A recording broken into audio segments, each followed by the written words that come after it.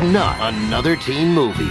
Hi everybody! Everybody in this video except for my friend Brittany here has been in another Princess and the Scrivener video, so this is Brittany! Yeah! An Angel, an E.T. Y'all know that already. Wow! So, we watched Not Another Teen Movie from 2001. It was directed by Joel Gallen. It's interesting that the movie was made in 2001 because we thought it was a Mean Girls reference, but it came out in 2004, but it was kind of like foreshadowing. I think that just says more about like the way that Mean Girls was made than the way that this was made. Well, even E.T., remember like the first scene he was like, that's a reference from Cars, because the Cars, like, just like Cars wasn't even out yet. Like, Mater was in this movie, don't let them tell you. Like, Cars was not around for like 5 more years. Mater and Wilbur Robinson are both in this movie. Chris Evans actually plays Wilbur Robinson. No, but actually he plays a character named Jake Weiler. Not my favorite Chris part. So I'll start with the pros. There are actually more pros than cons this time. Shocking. It opens with I'll Stop the World, which is like, one of the classic 90s, like, whatever, that one. Ted Mosby is there. Mosby. Anthony Michael Dining Hall. I don't know if anybody else noticed that. Who is that? Anthony Michael Hall is in The Breakfast Club. He was one of the main like John Hughes characters, which is funny because the high school was named John Hughes High, so that was kind of another like homage. Yeah, the soundtrack slaps. Such a good soundtrack. Wow. Jake's entire, like, personal plot is literally it's not my dream, it's yours. I don't want your life. E.T. liked the purple walls in Jake's sister's room. Just phenomenal. I don't know who was at Home Depot looking at those swatches and just said, yeah, this one. That color. And then someone else was like, no, you got it. Janie's Got a Gun scene has pretty much always been one of my favorite scenes of this movie, except for the banana split scene. 100% my favorite part of the movie. Would have never crossed my mind. I actually really liked. I'm supposed to be the only black guy at this party. And then they're like, oh, I'm so sorry. Here, have my drink. I'll head out. It reminded me of a Key and Peele skit because they had that when they were in an a cappella group though, but they were competing in the skit. So I was like, oh, is there competition? Oh, wait, no. Bob Belcher just shows up. And then Good Charlotte is literally the band at the prom. So cons, there's a lot of like the use of the word slut, and like I wouldn't care so much except that it's almost always geared towards women. Like I know it's a satire, but it's still like age well. No, It's just, They also like mentioned lesbo and rug muncher, like those are bad things. Again, I know it's a satire, but that doesn't really work so well. Do any of the women in this movie wear bras? They take their shirts off a lot, and none of them are wearing bras. All of these high schoolers have back problems, I'm telling you. I think that's like an early 2000s movie thing. For sure. Hem your jeans, Jake. They're awful jeans. They were awful. Chris's hair is terrible. Somebody took a Sharpie and just... It is not the worst hairstyle that he's had in a movie. There's a lot of ableism going on, and also casual fat phobia, no biggie. Everyone in the Weiler family wants to get in Jake's pants. I also wrote down incest as another con. The dad respected this bitch. The dad was also trying to push the mom. Yeah, it was like, She still make me respected proud. this. I did like though when he was like, What is wrong with this family? The Google renting option came with captions, but the captions were terrible. They were mostly in sync, but they weren't right. And this movie's been out since 2001, so we have time. Google has no excuse. I really didn't understand the usefulness of the naked foreign exchange student. That's a thing from American Pie. okay, see, I've never seen that, American Pie. That's why I don't get it. And there's also a use of the R word, which, not cool. It was Probably, Mr. T, yeah, it was really? Mr. T, yeah. Who also makes a cameo out of nowhere. The cameos!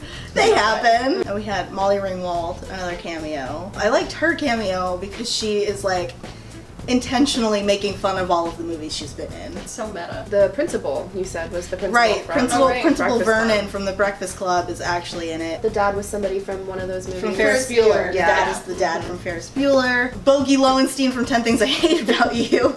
The most obscure reference to 10 Things I Hate About You is the slow clap guy. Melissa Joan Hart makes a very short appearance. Lacey Chabert was in it. That's but it, yeah. She kind of appeared a couple times. It's kind of amazing how many people in this became really big stars. I mean, it's a product of the times. Definitely We've is. made a lot of progress.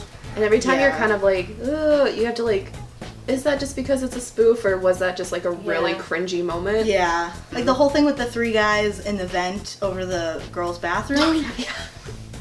Did that happen in another movie that I just missed? I don't any think sort of so.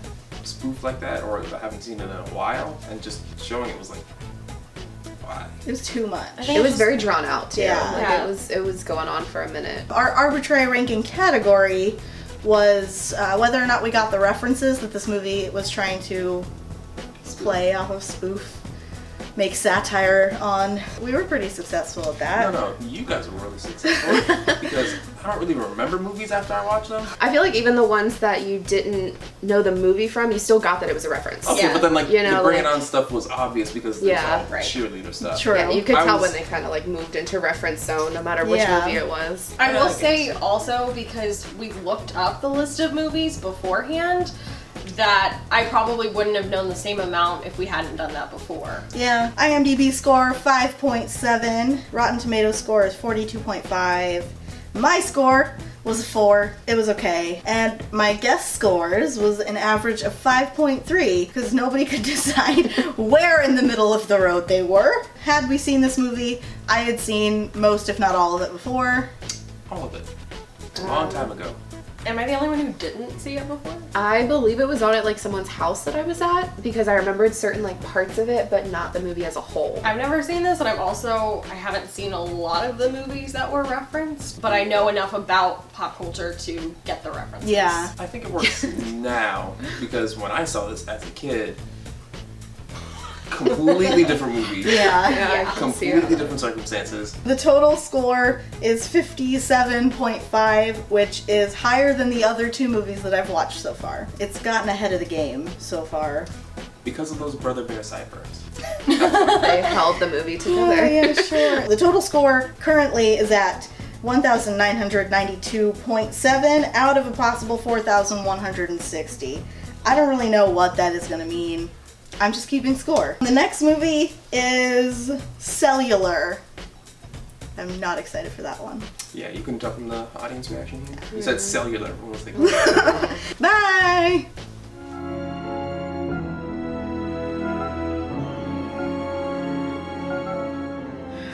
Hello everybody, for movie 4 of the Christravaganza, I watched Cellular from 2004, and I had a coworker who told me that this wasn't a good movie, and that the cell phone was the star, and that coworker was wrong. So Cellular was directed by David R. Ellis, who I had not heard of before, but I did actually look at the other things that he's directed, and among them are cinematic masterpieces such as Snakes on a Plane, and at least 2 of the Final Destination movies. I mean, my expectations weren't super high, but I think going into it knowing that that's what this director had done, I actually appreciated this movie more than I might have otherwise. So my arbitrary category is from La Basse Fond Music. I hope I am saying that right. I see you all the time. I'm really glad that I got your suggestion, but I wasn't really sure how this was gonna fit in. Anyway, the category is any or all obscure and long-running jokes. And so I really just picked jokes that I really liked,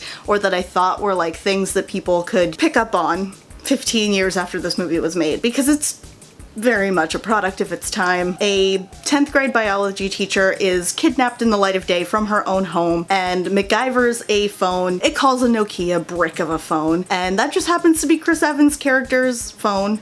His name is Ryan, and the rest of the movie is Ryan trying to save this woman and her family because he was roped into this. Overall, quite enjoyable. I think you'll be surprised by what I have to say about it. I was definitely surprised by how invested in this movie I was. On to pros and cons. It was on Netflix and captions were available, and unlike Not Another Teen Movie, the captions were actually spot on pretty much the whole movie. There's pleasant music at the opening. I kind of liked that. Ryan is very pretty. Not bright, but pretty. There are police jokes, like stuff about eating donuts, which are also fat jokes, so not great. Not my favorite ones. Kim Basinger is giving her all. She gives 100% to this part, and honestly, going off of that, there wasn't a performance that I didn't like, except for the one like skeezy lawyer guy who really is only vaguely involved whatsoever. Kim Basinger's character's name is Jessica Martin, and her son, who's 11, is Ricky Martin. And Ryan, as he learns that his name is Ricky Martin, is like, You named your child Ricky Martin? Ryan is constantly doing the right thing. Doesn't matter if it breaks the law or not, Ryan is like, this is what I have to do to save this woman. It's the right thing to do. The extremely outdated telephone technology was very funny to me. That's one of the things that, like, a product of its time does not make it a bad thing. The child has a Lord of the Rings backpack. Ryan is at least polite when he has to steal cars. I'm sorry! How are you? Ryan stashes a gun on one of the kidnappers post 9/11 at an airport, but it turned out that the kidnapper, they're all cops. I genuinely thought that throughout the movie there was a good buildup of tension, and knowing that this director also did Final Destination, not surprised. All of the criminals are cops. Jessica cuts a guy using 10th grade biology logic, and it's kind of fantastic. So at the climax of the movie, they're at Santa Monica Pier, and the one bad guy is like, He's the one on the cell phone. Everybody's on a cell phone. and I thought that was like a running joke that still holds up today. Ryan gets involved in this whole thing while he's trying to impress his ex-girlfriend Chloe, who's played by Jessica Biel, and he gives up on that need to impress her in order to save her life, and he doesn't have to insult her to save her. Who is she? She's nobody. I've never seen her before. Jessica really does the heavy lifting in her family, to the point where, like, she is the one out of the 3 members of her own family that really does the most harm to the bad guys. Jessica's kind of a badass, and she's allowed to cry throughout the whole movie. The one F word in the PG-13 movie was used so well. I thought it was probably the best one-liner in the movie. It's a day spa, you Those are all of my pros. I actually only have a few more cons than pros this time, because again, I actually genuinely enjoyed this movie. The child, the Martin child, Ricky Martin, he thinks that his mother is like being overly gross when she teases him about affection. There's a slow-mo turn of Kim Basinger, and I knew that by watching how fast her hair turns. Early on in the kidnapping, I thought Jessica should have taken her shoes off because she was wearing heels, and they were making a lot of noise on the hardwood floor of the room she was being kept in. If she wanted to be discreet, she needed to take them off. Eric Christian Olsen is in it. He's also in Not Another Teen Movie, which I didn't like his character in that either. He's also introduced by Videotaping hot chicks walking in their bikinis. Man, this is the greatest cell phone ever made. because they had to show off the fact that the phones had cameras in 2004. I guess. Ryan coerces his friend into doing something that he doesn't want to do because will be involved, because that woman doesn't have a name, apparently. I did notice that Jessica was wearing fishnets. That's just a weird choice. The costume designer was a man for this movie, so I'm not surprised. I wrote Nokia brick phone as a con. When Jessica first manages to get Ryan on the phone, he's kind of an asshole. To some extent, you should just be like, okay, I'll call the cops for you. But to another extent, I can kind of understand where he's like, I don't know who you are. I have no way of knowing if you're telling the truth.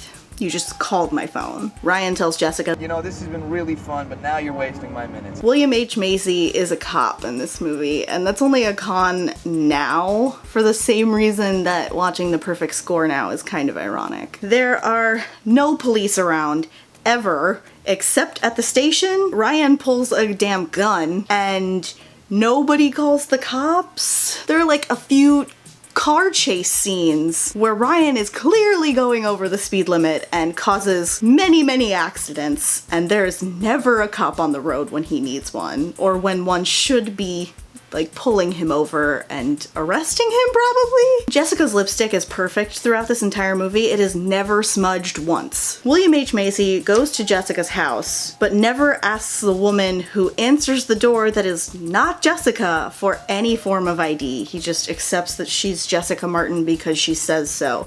She's just not a very good police officer. I just want to know what kind of dirty cops leave the keys to their car inside the car. They are asking for that car to be stolen by the victim that they're keeping. Oh, and I hate the end credits. I hate them so much. They are the worst. They're so bad. I don't know if I hate this more than the Scantrons from The Perfect Score. They may just be at the same level of me absolutely detesting what people thought was a creative way to do credits. The IMDb score is 6.5, the Rotten Tomato score was an average of 57. My score was actually a 7. I liked it. I actually really liked it. It's better than the other 3 that I've watched put together. I had not seen it before, and the total point value for Cellular is 70.5. So the next movie is Fierce People, which was released in 2005, and I'm kind of excited for it. It sounds like a hot mess, but in the best way. And I'm excited for it, especially for the cast. So I will talk about that next time. Bye.